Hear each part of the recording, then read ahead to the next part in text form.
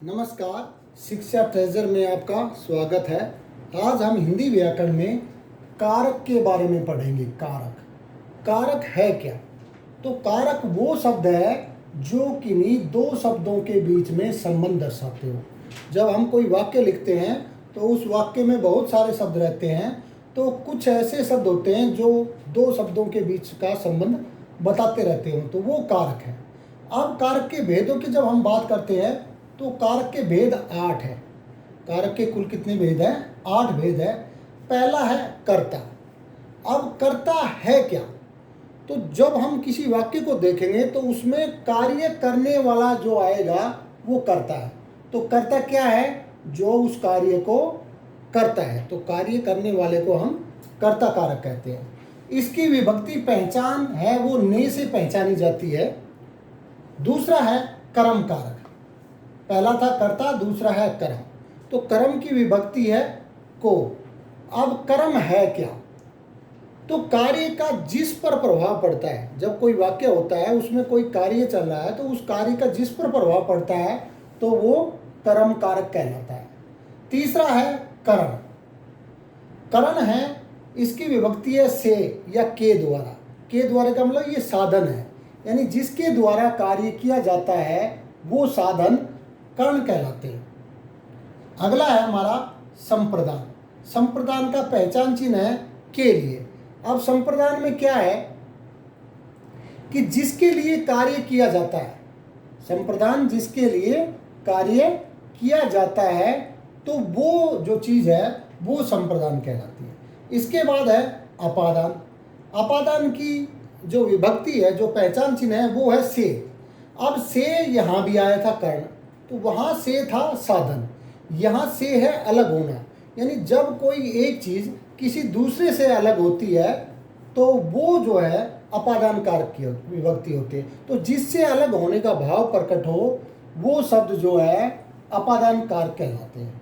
इसके बाद है संबंध कारक। संबंध कारक की विभक्ति है काके की या रारेरी।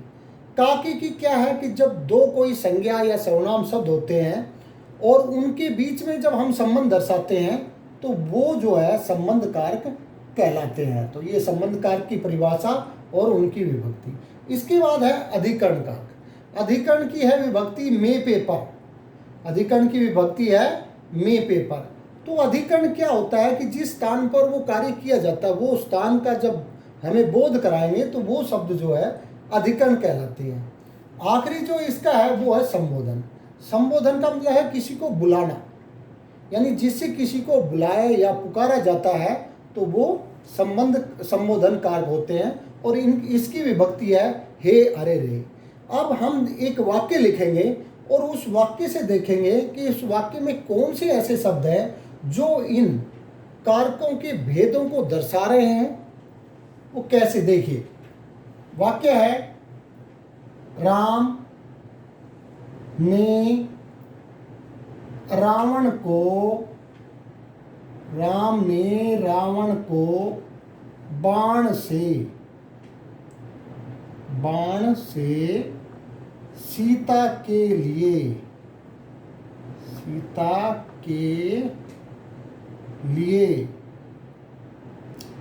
रथ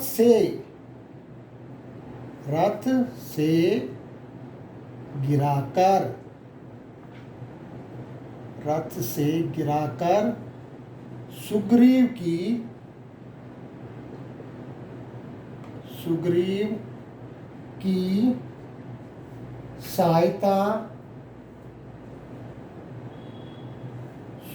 की सहायता से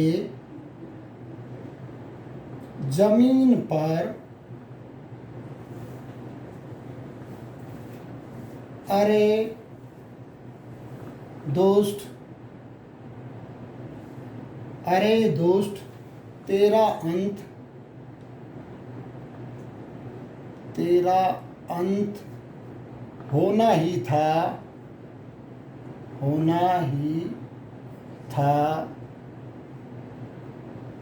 कहकर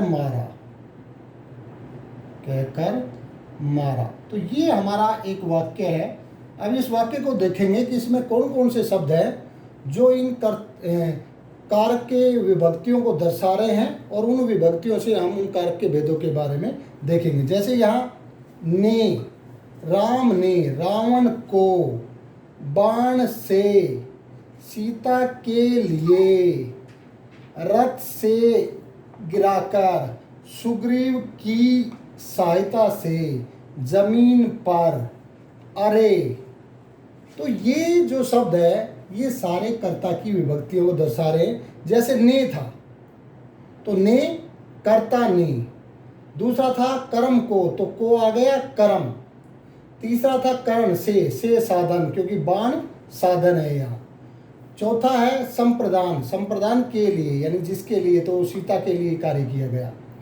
उसके बाद अपादान, अपादान में था अलग होना, तो रथ से गिराकर, रथ से व्यक्ति जब नीचे गिर जाता है तो रथ से अलग हो जाता है। फिर उसके बाद था संबंध यानी दो शब्दों के बीच, तो ये सुग्रीव की सहायता वाली बात आ गई, तो सहायता किसकी थी, वो सुग्रीव की, तो ये की संबंध आ गया। इसके बाद था अधिकरण, में पे पर, तो यहाँ जमीन पर, तो वो साधन स्थान हो गया जिस पर क्रिया की गई। और फिर उसको पुकारा है तो पुकारते हुए ये अरे। तो ये आठों जो यहाँ शब्द आए हैं ये विभिन्न कारक के भेदों की विभक्तियाँ थीं जिनके माध्यम से हमने जाना कि कारक को हम कैसे पहचान सकते हैं। तो ये इनके पहचान चिन्ह हैं और यहाँ पर हमने इनकी परिभाषा को बताया। तो आज हमने कारक, तो कारक उसके भेद, कितने भेद थे हर एक की हमने परिभाषा, उनके पहचान के चिन्ह को हमने यहाँ देखा है।